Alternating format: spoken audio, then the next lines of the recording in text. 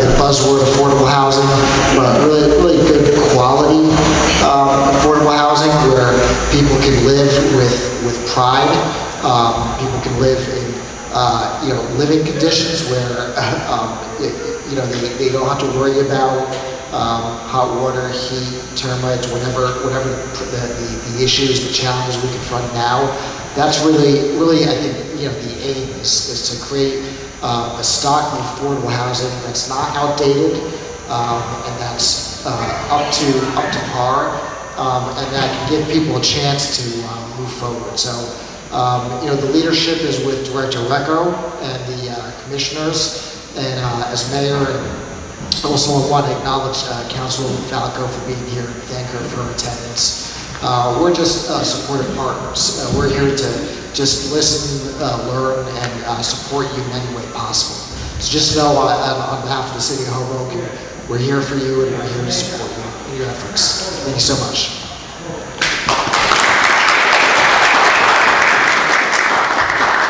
Thank you, Mayor. And because this plan, as we move forward, has to have all of our involvement, from the city to the county to the state to all of the residents to all of Hoboken. We have an opportunity to do this and do this right. We need to be able to demonstrate to everyone that no one will lose their home, that we will be doing a plan that involves folks not being displaced in any way. Our board has passed that, and we'll continue to repeat that all the time. We'll continue to get your input on those topics. So we are assured as we move forward with this plan that everyone that lives with the Hoboken Housing Authority comes out the other side of this process with a nice new unit. One thing we do know is that if we don't do something, our housing isn't going to change. Our housing is 70 years old. As many of us in this room know, there are issues with the drainage systems, with the plumbing, there's issues with the elevators, there's issues across the board. Because these buildings are 70 years old, their useful life is at its end. And we need to do something. If we don't do something, then we'll be in big trouble. Imagine 10 years down the line, imagine 15 years down the line. And we have a chance, I think, to be real Hoboken proud here as we go through this process. So we are attempting to reach out to everyone all the time as this process goes forward. We are not going to be spending any significant time without checking in with all of you to make sure you understand where we are and what we're doing. This is going to be a transparent process. I think we've been pretty successful in that to date, and we are committed to keeping that transparent process going.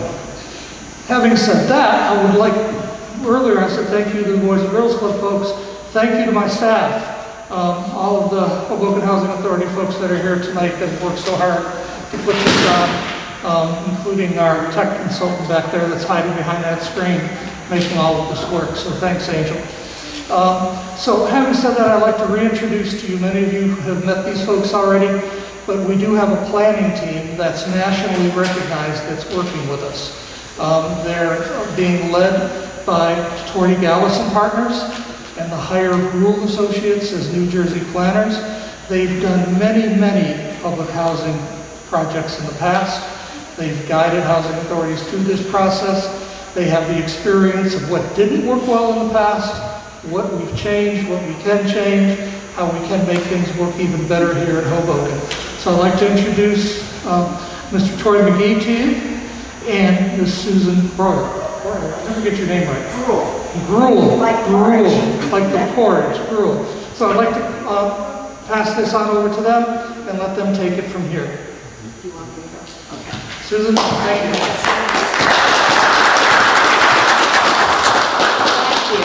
Thank you all of you for being here this evening. It's really good walkable weather, so that's great. And I'm going to be very quick and give this over to Troy, but I just wanted to, if we can change the slide to the first slide that we have. I guess I'll hit the button. Oh, okay, you can do that? Great, there you go. And as Mark said, and as some of you that were here were at the interactive design workshop we had September 29th and October 1st. You see some photos of the number of people that were out there, and we wanted to hear what you as residents of the city and the Housing Authority had to say. What were your comments? What were your concerns? What would you like to see so that we can address that? Because that's the only way. We need your input, and that's why this whole process is so important. So we listened and we learned from what you had to say. And as a result of that, we put together an initial concept, if we can change that. We put together an initial concept, and that concept, there were some key principles associated with that, again, based upon what we heard. And what we heard was, make the Housing Authority area take some of the physical design of the remaining part of Hoboken and translate that into the reuse and the repurposing of the Housing Authority areas. And that included the extension of the street network, the regridding of the street network into the area, the consideration of how the other communities and the neighborhoods around were developed, the physical part of that, and incorporating that into the new design. That was very, very important, considering also many of you raised the fact that there is flooding. Surprise, surprise. Not only in the Housing Authority properties, but in many areas throughout the city. And the city has been very proactive with dealing with the flooding issues, and that was something that needs to be addressed here. So those are just some of the key principles that Troy is going to get a little bit into more of that, but this was our initial thought process, again, based upon what we heard at the interactive design workshop. Troy, I know we're limited in terms of time, so. Okay, thank you, Susan. Can everybody hear me? Okay, great. Thank you once again. I just want to say as well, thank you to everyone for coming out. I appreciate all the feedback that you've been giving us to this point and just being actively engaging us through this process. And so, like Susan was saying, so this was actually the plan that was created at the workshop, and this was the feedback that we had received from you up to this particular point. And so what I want to say is that this was the plan that was created up until the point of September 30th. We presented this plan, but yet there were some additional comments that we got from you all even after that. And so it was either through you responding to the HHA, or I'm sorry, the City of Hoboken, the City of Hoboken Housing Authority, responding through their website, or just maybe dropping off some feedback at one of the offices, or just talking to the Hoboken Housing Authority staff. So if we can go to the next slide. Again, this is really just the existing context and then what we have to date. And then if we can go to the next slide. This is a 3D view of it. One of the things I just would like to point out with this, because as Susan had pointed out, some of the feedback that we had received was make sure that when this is redesigned, the character of the buildings, the character of the blocks reflect Hoboken. And just some of the new construction that we're seeing today, why isn't that happening or why can't that happen at the Hoboken site? And we can't see any reason why it should happen on the Hoboken site. And so one of the examples that we would just want to point out, when you look at that plan, you can just see some of the new developments that have occurred here, and in some of the other areas here, where there's what's called a clear definition of the public and private spaces. And so that is part of just what's part of good design, where, and you can see it with some of the blocks that occur in other parts of Hoboken, where a space that's primarily for the residents, it's set up in a way so that the residents get full use of that. But then there are also spaces like Mama Johnson Field, where it's a bigger resource for the community. So this is where you just want to make sure that you have a balance on those two. And if we go to the next slide, please. So this is the plan that is a result of the comments that we received after September 30.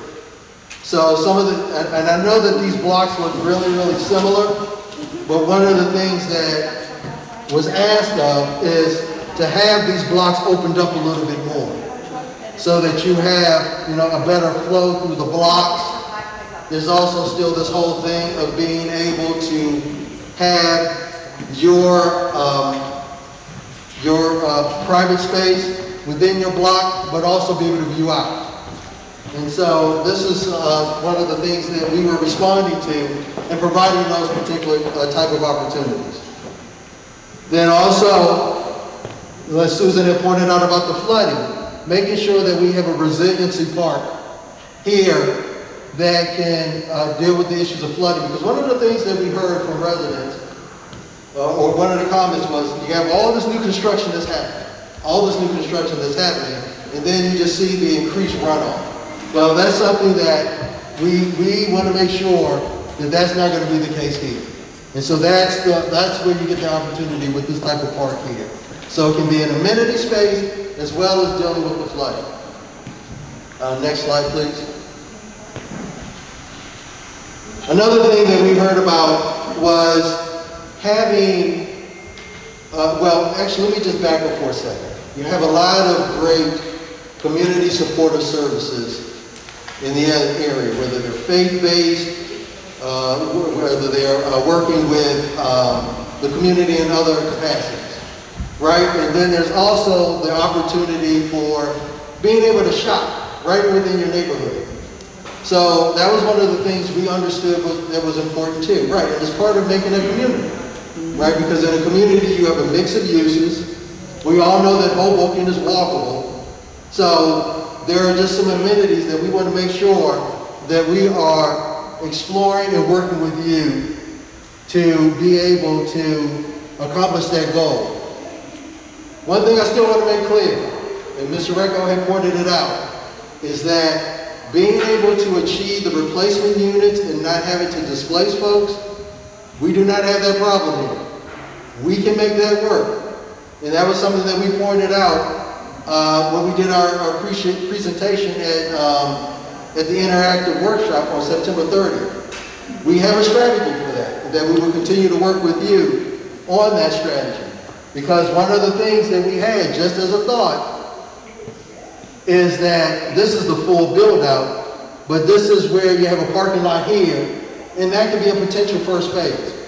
Yes, we would still be able to accommodate the parking, but that is a first phase where you don't have to move anybody. That's a potential thing that we're looking at. So the thing is, you can continually build on that. When you move people into that building, then, as you sit there and you can work through a process of moving people and building new so that there is no displacement. And then also what you can see in this orange color here, this is not set in stone, but this is where we can still get more comments from you. Places where you can have community supportive services that also tie in with a resource like Mama Johnson Field. There may be even some opportunities where we hear from folks that we need more classroom space. And so that is something that this can accommodate. What you see in red is just a thought of where the commercial spaces can go, where you can shop and things of that nature. You know that down in this area here, you already have a new pharmacy. Yes, ma'am. What street is this one? It's in downtown or uptown? The project. This area here? Yes. Oh, okay. This area is the redevelopment of this is a concept of redeveloping what we've been calling the main campus. So this is Mama Johnson Field here, existing Mama Johnson Field is here. This is Monroe Gardens here. And this is where you have Jackson and Harrison. So it's in that area there. Yes, yes ma'am. What else do we, and then also, nothing will be in a flood zone. Yes ma'am. I have a question. You're talking about commercial space schools. They have schools already. They have closed schools, made them condos, which we wouldn't have this issue if they wouldn't close schools, they would have been more space for this. So why would commercial space have to go on housing authority property for other schools to come in? We already have schools. They took the schools away. Who will we accommodate in these schools? Because our children are already in common school. They're in Grant School. Collateral, they're not in Collateral. They're in Generous. They're in the high school. And then we have the charter school. We have the mustard seed school. We have all this, and they have their own buildings. So why do we need that commercial space for any school? When they took the school, it would have been fine if they would let the school the way it was. But they made them into apartments. So that's not our fault. That's their fault. So now we want this commercial. We have a lot of daycares, I see. And all these different condos, I see it. Ma'am, that is a very good question. If we could write that down, that would be great. Because again, it is just one of the things that it could potentially house. But if I wanted to say this, because we're still not there yet, is that if it is something where it's the understanding as a consensus is that that is not the right use of this space, then we have other things that can occur here. What I'm saying is we do not need any more of these crime stores where they're selling these gummies and all this other smoke stuff. We don't need that anymore. We got one on the corner of 4th and Jackson. We don't need that anymore. Okay. What the hell do we need all this smoke stuff for? Okay, so no smoke shops. Okay, all right. I mean, I understand. No smoke shops. We got enough of them. Everything's popping out the woodworks now. Yep, these stores where you can shop. That's one of the things that we heard. And those opportunities, that's where we're just, again, this is a snapshot of just this bigger plan of where we thought these are potential spaces where it could go. But as we continue through this process, yes, we're going to hone in and refine that, because we also still need to get into the looks of the building. That's not going to happen here, but there's a timeline that I want to show you. Because right now, this is just really locking down that vision. And see, and one of the things that I didn't point out earlier is that this is where we heard current comments from everyone who's saying, some were saying, these buildings are fine, rehab. Some were saying, no, they're not fine, build them new. And so this is where you look at the situation and you just say, well, there may be some opportunities to rehab.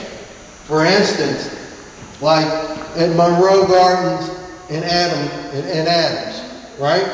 Those are potential, but then because of the age of these buildings, Mr. Recco had pointed it out earlier, some buildings, just because of the life expectancy, I want to make it clear, these buildings are not falling down tomorrow. This is not a Florida situation. I want to make that clear. But it's just for the future that it probably makes more sense because of the cost that has to go into it. It makes more sense to probably build these new versus these buildings, which are a little bit younger, and be able to do those as a rehab. And what we would call a substantial rehab, which would not be similar to what occurred in Fox Hill.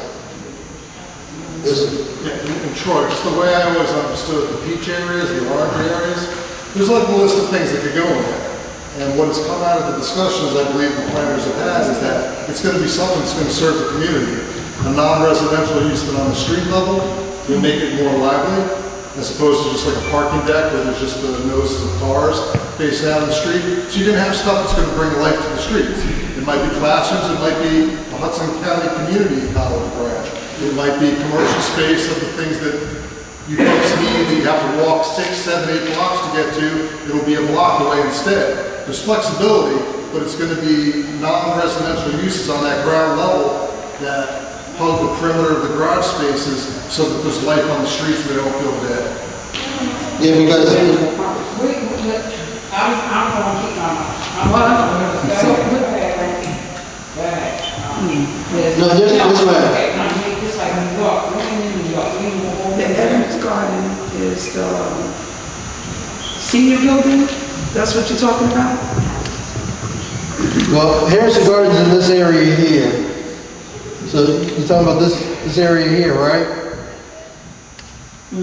Yeah, so, I mean, I would have to say that working out whether it's senior or family, that hasn't been fully worked out.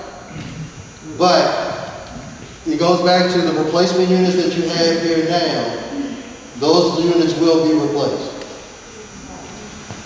So the senior building is gonna be replaced? Yeah, the number of units that you have there now, you will still have, I would say the total units.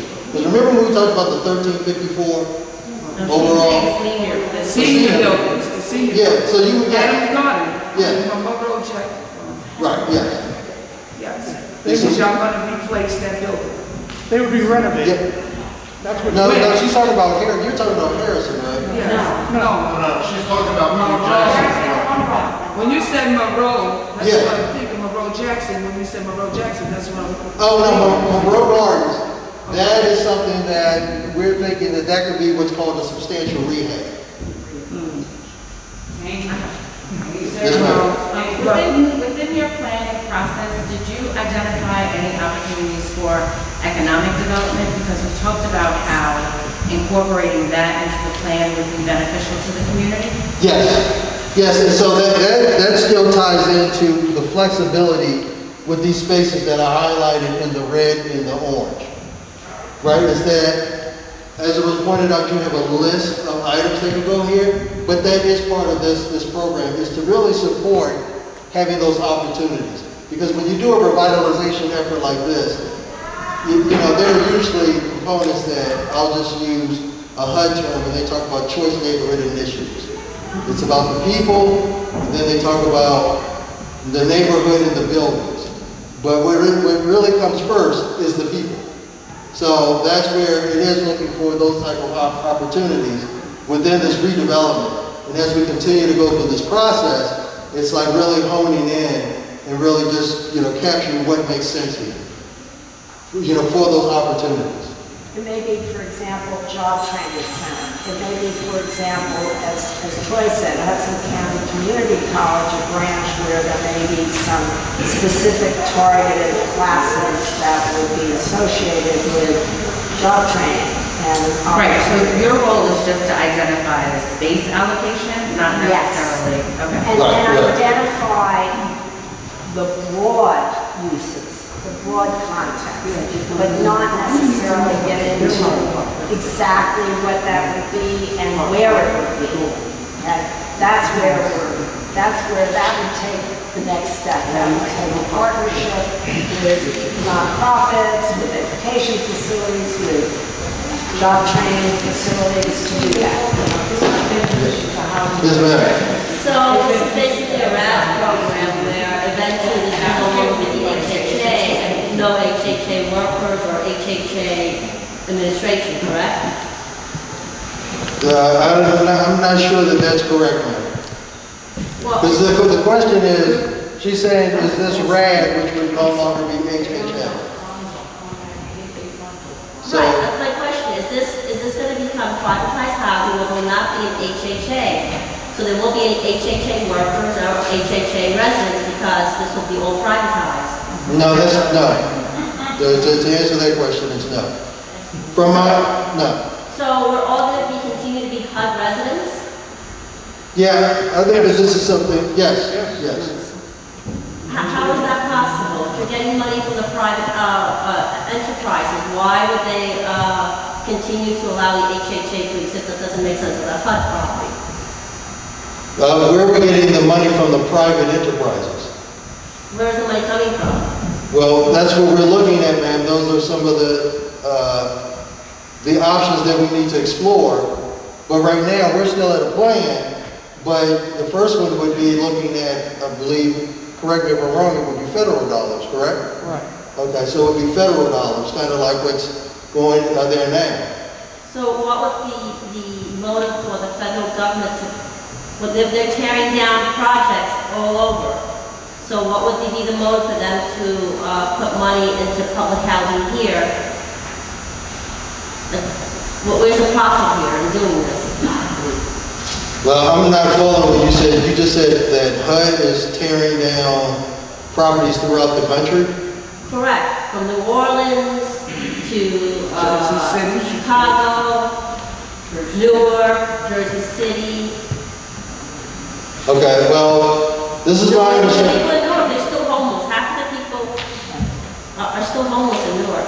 Okay, well, ma'am, I really cannot speak to what, would you like to? You could just point out the conversion that we've already done at Fox Hill, where we have now converted to project-based vouchers, because we've done Brad through Fox Hill. That was our first entry into this, because it was the easiest to learn how to do it, because we didn't have to tear the building down, so our building was in the best condition. And we've now structured that where we're getting money for project-based vouchers, meaning the vouchers stay with the building. Somebody can't move to Florida and take the voucher with them. It doesn't work that way, it stays with the building. But now we're getting more dollars per unit every year. And we're able to take long-term loans out to refurbish our kitchens, for example, or our bathrooms, because we've set it up under RAP. So, There's many different ways to do RAP, and we're doing it in a way that we don't lose ownership of properties at all. okay, so you say that Fox Hill still belongs to HUD, still HUD property? Yeah. For how long, 20 years, 30 Well, years? it's a perpetuity, forever.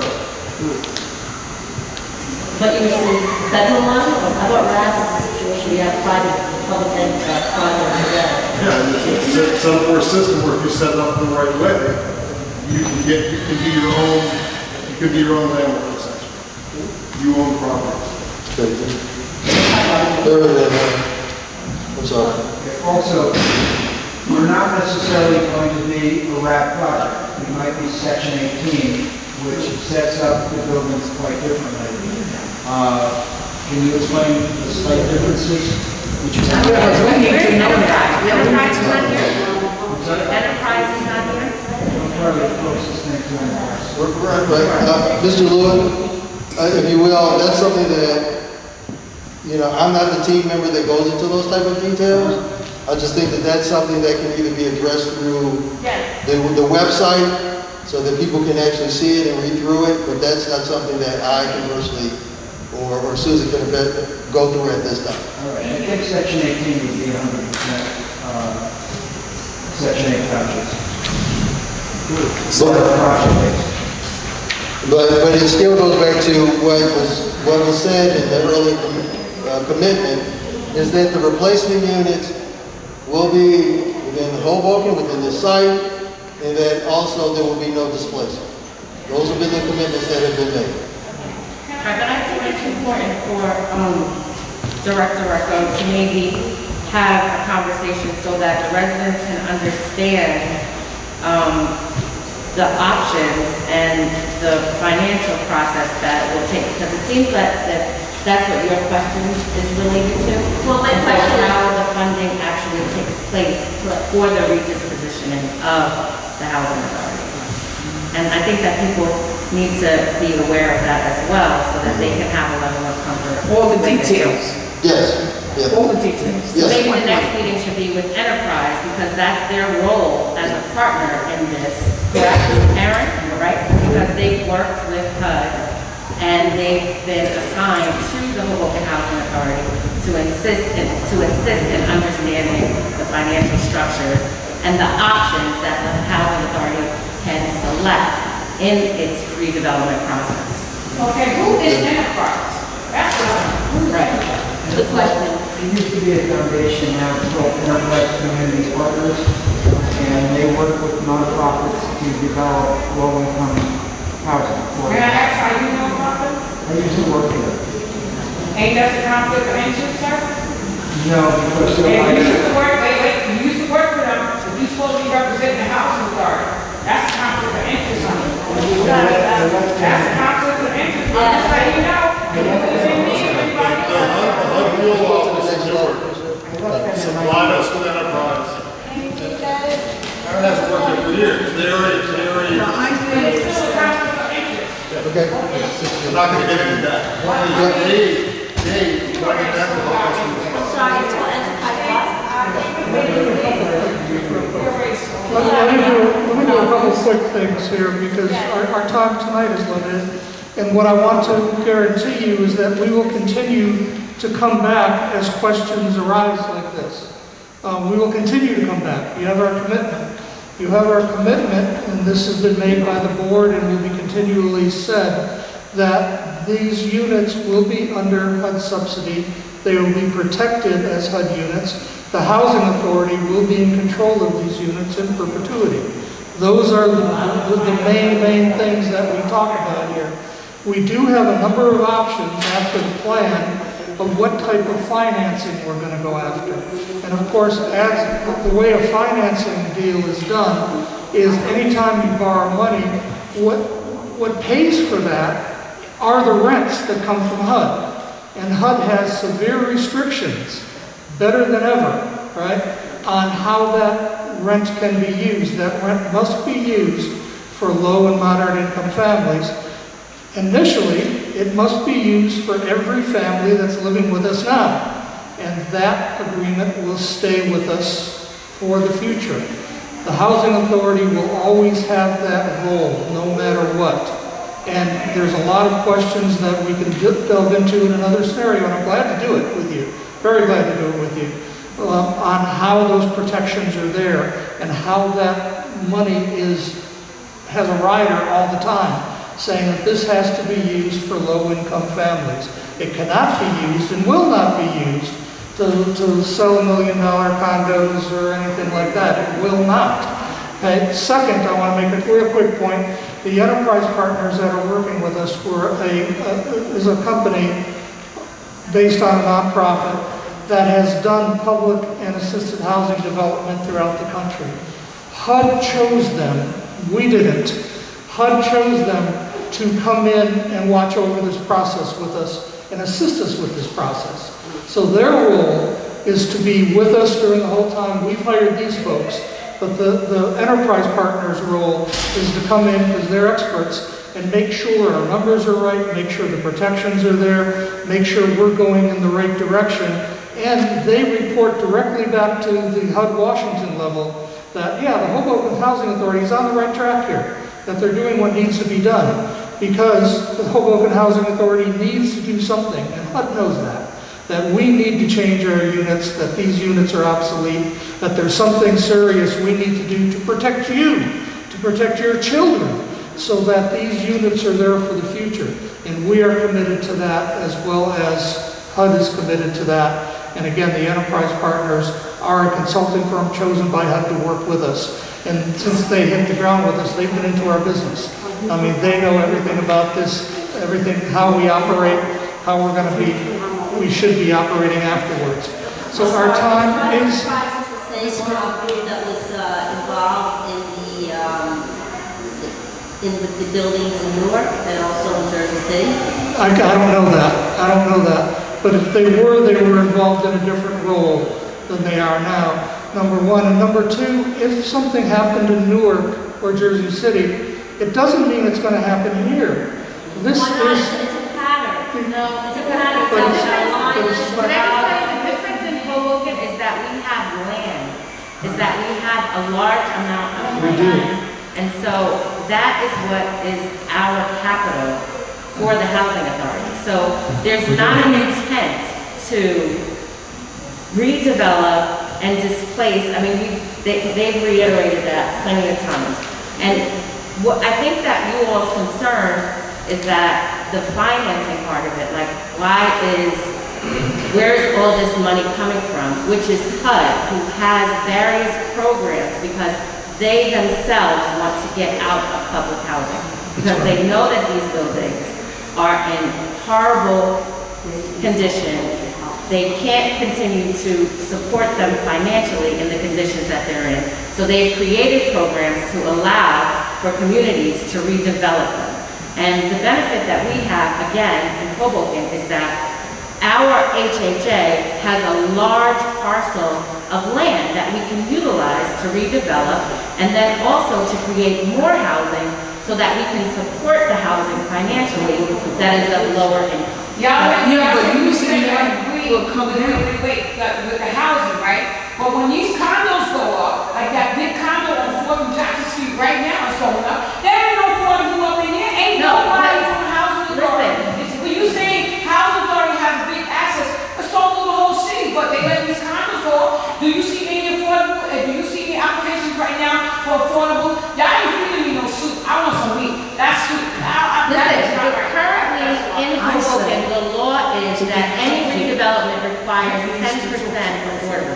That's the law. So, no, listen, because it's taken a while to learn all of this, and I'm happy to talk to you after, so that you can understand. That building that's going on 4th and Jackson will be 40 units, so 10% of that is 4, so 4 of You them. gotta understand where we coming from. We live down there, and we see all these condos, right? We don't see none of it is subsidized, honey. We don't see no. They're not subsidized. Not subsidized, but we don't see the income, the 10% you said. We don't see that little cycle, all these other buildings. Right, but look at 770, you see people live there, correct? Lucky. No, it's not right, it's 10% going forward. The problem is, and then I'm gonna stop talking, the problem is that Hoboken did not enforce their 10% required residents for all of this building. And so now that the law is being enforced, we can finally see. They gotta go back to all these buildings that was just not too long there and get that 10% in. Because how can they just come down here and talk about, oh, we housing authority, it's big property. Honey, I already was told by officials from the city that say, let's take 400 for example. Not everybody to the 400 is gonna go in that new building. It's gonna be pick and choose. This is what I was told, Mr. Greco, so I'm putting it out there. Not everybody in that 400 building is gonna go back in this new building. It's gonna be pick and choose. So I said, what do you mean by pick and choose? Different people won't go in different buildings. I was told that by officials. So somebody lied, somebody I'd be glad to have that conversation with that official, because that is just plain not true. Just plain not true. We do have to finish our presentation here, and time is flowing, so we'll give about 2 more minutes, and then we've got to move on. When all this was solved, I believe that, like I was asking her, HUD should have been here to talk to the residents, because HUD always used to come down for years. And if you're doing changes and stuff, they used to have a meeting, I think Pokey probably knows, some other people, when we used to have the meeting in the community room, and HUD used to come down and tell us what was the changes, And one of the things what was you're- the changes and stuff going on. If one of the And things- that this is a big project. One of the things We you're should have asking, some kind of we can invite HUD to come along. We sure can. We can invite them to be at one of our future meetings in the near future. She said they was here, but we didn't know. Well, I said enterprise. Well, Enterprise has been here, Can right? I just say one thing real quick? So, can we go to the next slide? Because I think one of the things that's happening here too is they're all good questions. All good questions, but I think we need to just rewind back for a second and let's just show where we're at in this process. Because there are some very good questions and they're like detailed questions. And let me just show you, because one of the things that was asked about when we were at the workshop is like, we need a timeline. Just give us this is our estimated timeline of best understanding where we are. So, right now we're in this concept plan process of just trying to create a plan. You know, just to make sure that we're testing it and we can understand. Because remember, the goal is always that we are not displacing anybody and to get those replacement units in. You can say whatever you want, but that's not. Okay, ma'am, can I finish, please? Ma'am, please let me finish. And so, that's where you have in this process that we want to get your feedback, which we've been getting some of it now. Refine the plans however we need to, put whatever we need to in this final document for you to review. And so we want to get that completed by January, February of 2022. That's one step. Okay, then there's the redevelopment plan approval process that we have to go through. That's probably like, we're estimating that it's somewhere between a 9 to 18 month process, depending on what we have to get approved. Okay, so then there's that piece. Then there's the pre-development piece. Financial approvals and development permits, 12 to 18 months. So there you see those two tranches there. And then if resident relocation is needed, if resident relocation is needed in this process, and 4 to 6 months if substantial rehab of buildings are started in the first phase. But again, we are looking to build on a parking lot or areas where you don't currently have buildings.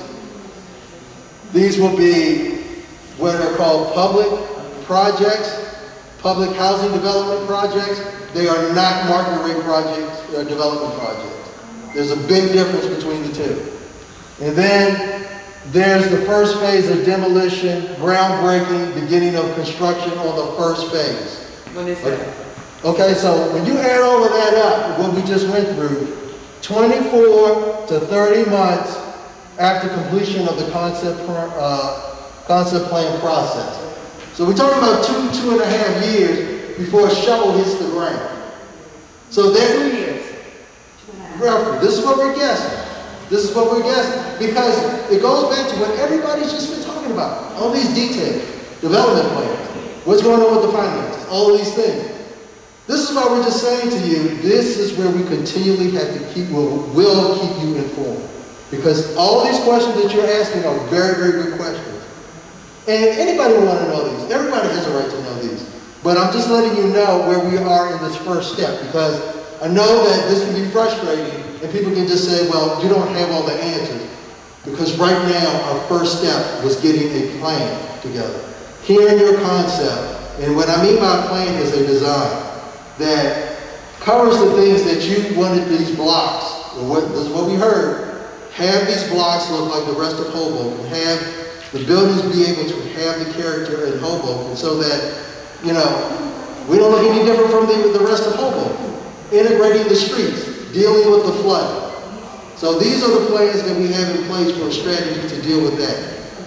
So now that you have that in place, yes, now you have to go back and start to look at the financial things to make this work. Yes, you want to look at development opportunities. So you want to look at all those things, but just understand there's a timeline of how this all works. So let me ask you a question. So we're talking about the concept plan. So all the funding and the plans are going to be set by February of 2022. Is that No, man, that's it. It takes us Oh, a year or more to get to this phase. This is so preliminary. Very preliminary. I'm sorry, I just don't understand what the January, February 2022. Okay, that is, if we can go back a couple of slides. Okay, well, even right here. See this plan here? It's finalizing this plan here. It's finalizing that plan, it's documenting that. That's our goal for right now. Yes, there are some things that we are going to look at strategies. And again, it's working with the community, keeping the community informed. And we've heard some good comments today of, you know, just some of the things that you would like to see happen.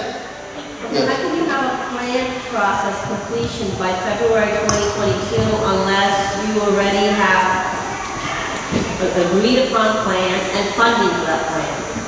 Because Okay, well, it's more akin to saying, we have a plan that we're going to buy a new car. We haven't even said the model. We just maybe said how large the car is going to be, how many people are going to seat. You know, whether it's going to be a good gas mileage or not. The specifics will be determined after the plan's been finalized. The plan is going to be, we have a plan. And the one thing that I'm proudest that we've all been in agreement on. No matter how much we might disagree on other things, everybody's agreed that nobody will be displaced for even a day. And that we will build new units first, and that the second we ask anybody to move, it's going to be a block or two down the street into a brand new unit. And nobody will move out of Hoboken for even a day or an hour. And then we'll build new units before we tear a single unit down. Okay, so what's going to happen? Let's say per se, he's saying right now that he's going to build the first building in that parking lot. They have 2 buildings there. What about if they're drilling and these facades start breaking up because of the drilling of the parking lot? Then what you going to do? It's a 10-story building. There's 2 10-story buildings. These buildings are not built strong enough anymore. They're weak. They're done. So that's what's going to happen to these people that live there. These people are worried. Everybody else is going to work through that, but Yeah, but these people are worried about their apartment while you're drilling into that ground. These people are worried that, you know what, hey, I live in a 10th floor. What's going to happen if my apartment starts demolishing? there's big construction, the same distance on private. So that means that you're going to have to move that person. All these people, you're going to have to move them. Well, So ma'am, eventually you're going to have to move them. So you're going to need the space. well, ma'am, before any of that would happen, and all Also, the... what happens to the parking lot? You have to save the people. The parking lot. Will have to come all the way. No, so there's a couple of things. One, okay, if I could just go back to her for a second, because like you said, there's a plan where you gotta have agreement on the plan, and then there's the funding. Look, So, I don't think about buying a car unless I have money. No one goes around and says, hey, I'm gonna go buy a car. Yeah, but look, Serious, man. they have money in their pocket. That's when they plan. yeah, well, but see, you just said two things now. You just said two things now. Two separate things. Yes, this is what we're working on now to come up with an agreed upon plan. So you're right, that's why we're here. This is why we've been here on this. I suggest that you need to have another meeting, this is not the last, you need another meeting. You need her down here, you need Enterprise Bank, you need all parties that are involved to be here. Okay. There's no excuse to be here. Okay, I think we ought to write that down, but then to answer your question about the construction, it goes back to, yes, there will be tests done, because the infill buildings, you can see that where they've been done next to older buildings, even older than the ones that are there, and they will determine the best construction method so that you aren't jeopardizing that building. Because see, the contractors would get in trouble if they did that. But these buildings are old. Yes, ma'am, but there are still ways that you can do that construction so that it does not impact the other buildings. But I'm not the construction guy, but see, this is where, you know, there's still this process that we gotta go through. And I'm just trying to just let everybody know right now, we're really at this first tranche here. And a lot of the questions that came up, I hear what you're saying about having another meeting and having HUD come down here. I get that. But Yeah, but they keep on telling us that HUD is funding it. HUD is doing the funding. Okay, let HUD come and tell us. Okay. Let HUD give us an agreement that we're not gonna be displaced or that anything is gonna happen to our children Yes. or our family that lives in these houses. And because I have my sister that lives in the 10th floor. yep. I have my aunt that is here, that lives in that building. It's easy for people to say, we, but if they don't live there, they don't know. We don't, they don't know. And I think it's a very good point. These buildings are damaged. It's a sure thing. These buildings are Want old. to be replaced in the apartments. Yeah. But, here is that. You need to hear from the Is it 11? Yes, what you doing in the parking lot? But they've been everywhere. Right. Well, just one quick comment, and then the gentleman has a question in the back.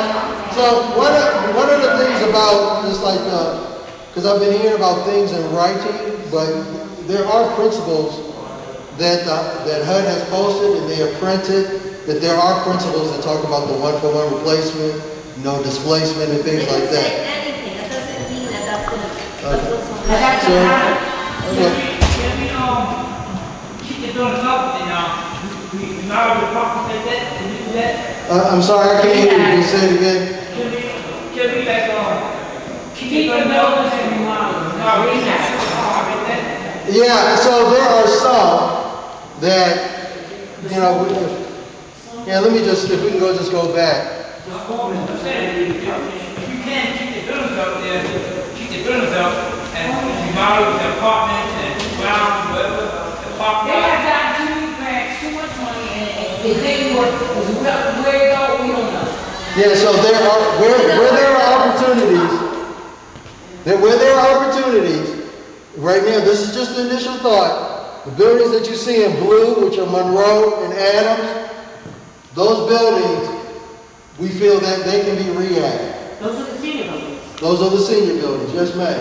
But we need to start now. Because it's falling. They're falling apart. Right, but understood. But I'm just letting folks know. It had, was been done, was supposed to be done right, It's gonna happen. Anything that you do, you keep putting the band-aid and so you go ahead and do what you have to do. Of course it's gonna happen. It's gonna come. It ain't gonna work.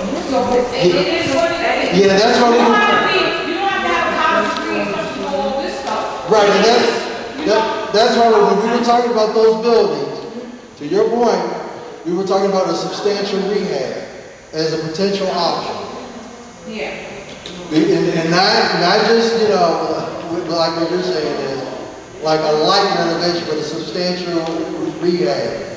So that, you know, then it's a bigger effort with the rehab. And that's when, you know, that's why we're still trying to figure out the total strategy. Yeah, I understand. But my concern is that everybody has to say so in housing authority all the time.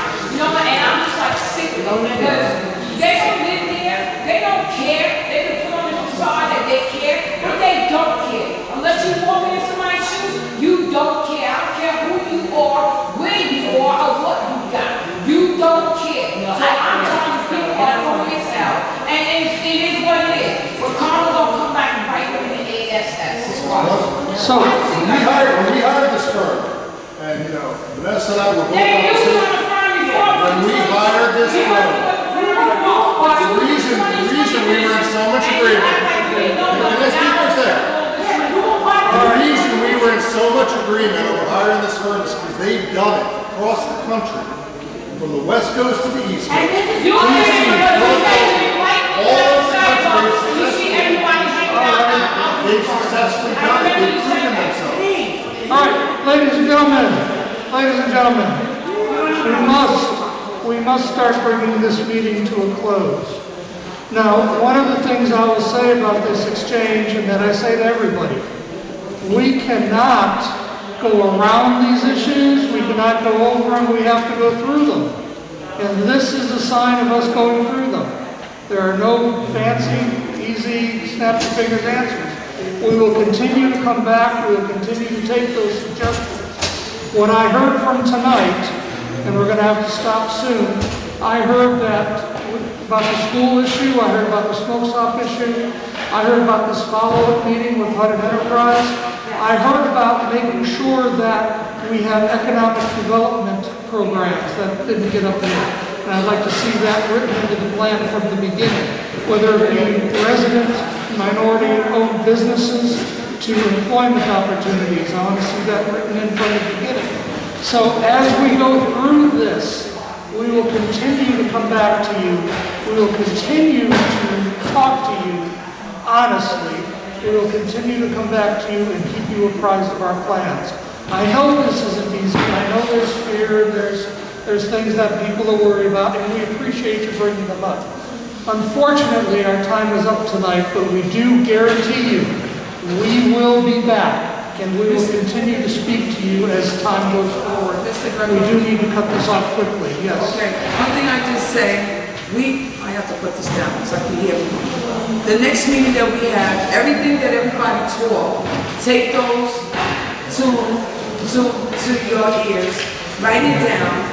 When y'all have the next meeting, try to answer some of the questions that Michelle answered, different ones answered, this lady had answered. Sure. So when we have the next meeting, everybody will understand what's going on. Because you know what it is? People live here in housing, they scared that, like I said, it's been done in Jersey City, New York, and New York. Jersey City, they didn't have no warning. When they did it, the people didn't have no place. They said they was going to put it back. I know so many people that did not get an apartment. So, like I said, they want to know in writing that it's going to be signed in, saying that they will have that apartment, saying that it will be, that you will be displaced, that you will lose it. That's what you need. Yes. That's why everybody's not coming out. That's the direction we're heading. They're so scared. And that's why we're developing this plan. Thank you all for coming. Boys and girls, I saw Gary. Did you leave again? Yes, thank you, Gary, if you're around. Thank you to my staff. Unfortunately, we did commit to leave. Thank you all.